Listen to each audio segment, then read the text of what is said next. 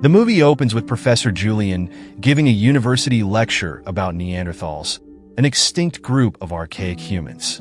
He describes how early studies by Darwin and Galton portrayed them as unintelligent and savage, based solely on their appearance. However, Julian disagrees with these ideas and argues that modern humans share some Neanderthal DNA. He shares an intriguing fact. His boss discovered the world's only non-fossilized Neanderthal and named him William after the scientist who first recognized Neanderthals as a separate species. Julian concludes the lecture by suggesting it might be theoretically possible to create a living Neanderthal using William's DNA. Before moving forward, please like this video and subscribe to our channel. It will help us keep bringing your favorite movie recaps. Later that day, endocrinologist Barbara, who attended the lecture, finds Julian at a restaurant. She brings up the idea of cloning William, acknowledging that it would be extremely difficult, but not impossible. Over dinner, they discuss the technical details of the process. By the end of the evening, Barbara asks why Julian is so fascinated with Neanderthals. Julian takes Barbara to his lab and shows her two stone tools, one made by Homo sapiens and the other by Neanderthals. He points out that there's no difference between them and explains that studying Neanderthals, our closest cousins, could reveal a lot about humanity. That night, Julian and Barbara fall in love. The couple begins working on the Neanderthal cloning project and within 2 years, publishes 3 groundbreaking papers on the subject. They move in together and enjoy a wonderful romantic life. However, many prominent scientists and university donors express concerns about the project's morality and potential backlash, leading them to withdraw their support. Refusing to give up, Barbara decides to carry the cloned embryo herself, allowing everyone to believe it's a normal pregnancy. The couple travels to Las Vegas and gets married by an Elvis impersonator. A few months later, Barbara gives birth in a hospital. The nurses exchange disgusted looks before handing the baby to Barbara, but the couple remains unbothered by the child's unusual appearance. Julian lovingly kisses the baby's forehead. Later, Julian visits the university to submit paperwork explaining what he and his wife had done. Barbara Sullivan and I have had a baby. A healthy 9-pound, 7-ounce baby boy. The higher-ups call an emergency meeting, worried about the damage this could cause to the university's reputation. They dislike the project but choose to support it for now, hoping to gain publicity and eventually control it.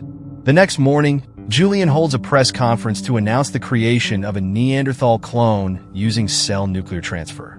When a reporter questions the morality of the project, Julian responds by showing a heartwarming video of the baby, asking how something so beautiful could be immoral. After the conference, Julian's boss reminds him that the board has the final say on the project's decisions. Years later, the baby, now a young man named William, heads to the forest with Barbara. She drives him there, and they say goodbye before William leaves for his father's house. After exploring the house, William steps onto the balcony with a stunning view of the river. 2 tourists pass by in a boat, and upon seeing William's unusual face, row away quickly. Feeling unsettled, William goes back inside and spots an ancient stone tool on a shelf. Suddenly, a noise startles him, but it's only his new tutor, Sarah, introducing herself. She explains that Julian is at work, leaving William feeling awkward around her. That night, Julian joins them for dinner. Sarah notices William eating a lot, and Julian explains that William's high metabolism requires more calories than usual. After dinner, Julian tells William he's proud of him for pursuing his dreams. The next day, Sarah helps William with his studies and mentions that she's still working on finishing her dissertation. William excels at math, but English is harder for him because he dislikes metaphors, which he considers lies.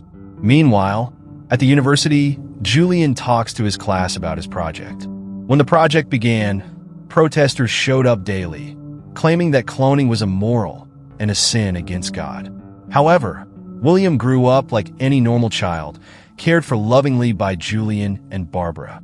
Over time, the protesters stopped coming, and the news lost interest since there wasn't any sensational story about savage cavemen. Theories suggest that Homo sapiens drove Neanderthals to extinction through superior intellect, but after years of studying his son, Julian no longer believes that. William started talking earlier than most children, developed quickly, and showed intelligence equal to or greater than his peers. One day, William fell seriously ill, and no medicine seemed to work. However, being with his mother helped him recover. His immune system turned out to be exceptionally strong and adaptable, promising groundbreaking medical possibilities. After class, Julian reflects on the day he and Barbara broke up. William had been growing up in a lab, but Barbara wanted him to live freely and have a normal life. Julian, however, saw William as an experiment and reminded Barbara that he wasn't really her son. This deeply hurt Barbara, and she finally left Julian for good. Later, she secured permission from the university board to take William with her. They moved to a new house, and William felt excited to have his own room. Barbara started working at the clinic, but continued part-time research, while Julian often visited them. The couple worked together to find a good school for William and confronted the principal for claiming the boy wasn't fully human. Fortunately, William enjoyed school, made a best friend quickly, and spent time playing games outside with Julian during his visits, relishing his new freedom. Now William uses his break to exercise, showcasing his great strength. Sarah calls him to resume studying and reads him a quote from The Great Gatsby, asking for his interpretation. This sparks an argument because William insists that only individuals should decide the meaning of their words. In another flashback, William rides his bike down a road when older kids spot him, mockingly calling him caveman. They chase him, and though he tries to escape, he crashes into a bridge and continues on foot. When they corner him, William pushes two boys to the ground and injures the hand of a third.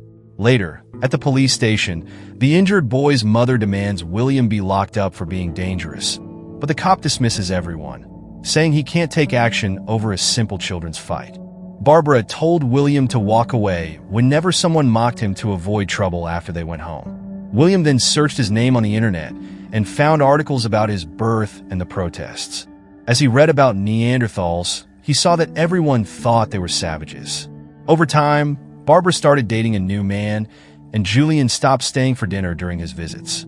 He also stopped running William's routine tests and made his assistant do them instead, which angered Barbara. Years later, when William started high school, he made good friends, though he didn't always understand their jokes. In their final school year, William and his two friends planned a trip together and shared their thoughts about applying to college. During the trip, they met two hippies who joined them around a fire and shared their mushrooms. When the hippies realized who William was, they called him cool and beautiful. One of them, a woman, asked if he ever wanted to go back to his own time. William said yes, and she encouraged him to go there.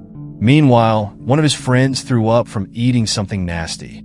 At school, William helped his crush, Judy, with the upcoming play and agreed to act in it. On the night of the performance, William played Judy's love interest and got his first kiss as part of the story. However, when he tried to kiss Judy again behind the curtain, she rejected him. The play was a success, but William felt heartbroken because the kiss didn't mean anything to Judy. William's teacher called Barbara and Julian to explain that their son was smart, but he struggled with standardized tests because his thinking didn't fit any typical model. The teacher said William would need extensive tutoring to redo his college applications. Julian got upset when he found out Barbara had withdrawn the applications William had already sent. Barbara explained that William had taken a part-time job at a hardware store to stay occupied after graduation, but Julian wanted more for him. They argued until the teacher reminded them that the decision had to be William's. Meanwhile, William was saying goodbye to his friends who were leaving for college. That night, his parents explained the situation to him. Julian asked William to live with him for tutoring lessons, but it also meant being experimented on again. Barbara opposed the idea, but William, desperate for a normal life, agreed to his father's offer. In the present, Julian checked William's latest practice test and got angry because the results weren't good enough. He blamed Sarah for it. Sarah defended William's progress, but Julian threw the test papers at William and stormed out of the house. As William started crying, Sarah reassured him that his scores were really good. She took him on a walk through the forest and shared her own story. She explained that her parents had been strict about her future too, and for a long time, she resented them. However, she admitted she couldn't complain about the great education they gave her. William admits he loves singing and shares a song from his school play. This leads to William and Sarah kissing and getting dirty. They return home in the evening, and Julian scolds them for wasting time instead of studying. That night, William stares at the stone tool, wondering if he'll ever achieve more in life. Later, Sarah takes William to a school so he can retake his tests. However, every pencil he uses breaks, and he takes it as a sign to quit. He leaves the room without finishing the test and heads to a store for a drink. Two girls laugh at him, but the clerk defends him and insults them for being rude. After a long walk, William visits the university to meet Godwin, the woman who discovered the Neanderthal remains. She takes him to her lab, where the body is kept in a special conservation cage. William studies the body closely and even imagines the Neanderthal might be smiling. Godwin explains they don't know how he died since there are no wounds or signs of illness. She shares her theory that Homo sapiens developed storytelling, which united large groups of people. This gave them an advantage, forcing Neanderthals into less favorable habitats and leading to their extinction.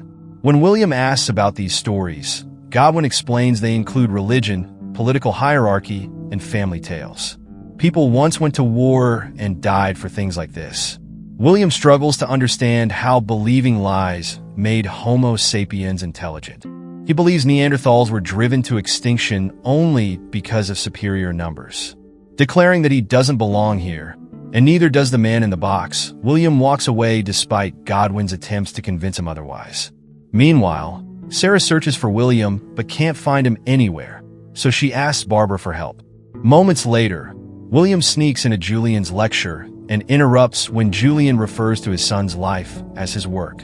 William calls the experiment a failure, but Julian counters by calling William a failure. Hurt and angry, William runs away.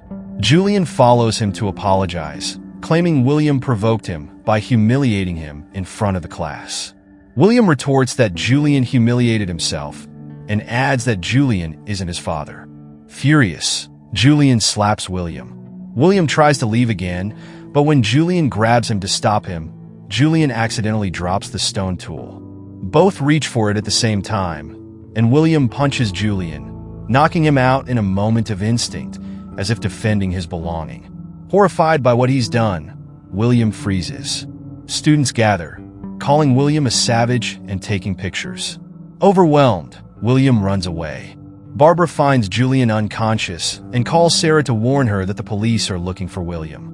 Barbara goes with Julian to the hospital, leaving Sarah to continue the search on her own. Meanwhile, William is hiding in another university building, where he's seen by a student who calls the police. When William tries to leave, he finds a bunch of cops waiting for him with their guns out. Sarah also arrives and calls out his name, but an officer holds her back. Remembering the bridge incident, William walks ahead and gets shot down in seconds, meeting his death. Some months later, Sarah visits the spot where Godwin found the Neanderthal. She brings a baby with her, implying it's William's child. And that's how the movie ends. What did you think? Let us know in the comments below. Thank you for watching. Don't forget to subscribe and hit the bell icon for more amazing videos. See you next time.